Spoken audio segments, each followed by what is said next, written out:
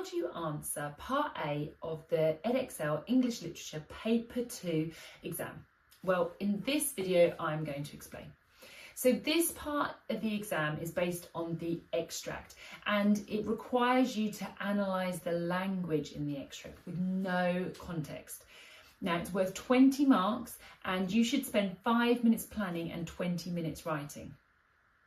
Because you're having to analyse the language, I suggest using a PETAL structure, meaning point, evidence, technique, analysis and link back to the question. And you will need 3 paragraphs. Now, I'll be using the June 2019 paper. In this exam, the extract was from Stage 4, when the bell has struck 12 and the last of the spirits visits Scrooge. The question was, explore how Dickens presents the last spirit in this extract. Now, the first step in an exam is to decide the key focus, and in this case, it's the last spirit.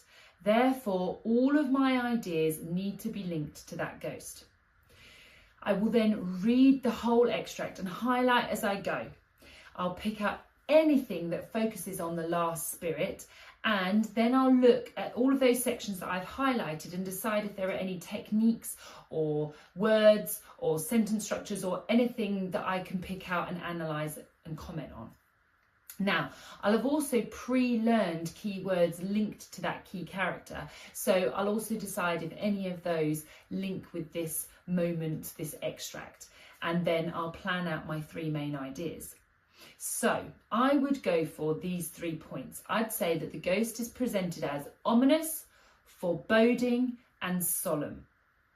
I'll then match quotes to these ideas and note down how I'm going to analyse the language. Right, so I'm going to go through one PETAL paragraph now. I'm going to use the idea of the ghost being presented as ominous. Right, my point. In the extract, the ghost of Christmas yet to come is presented as an ominous presence.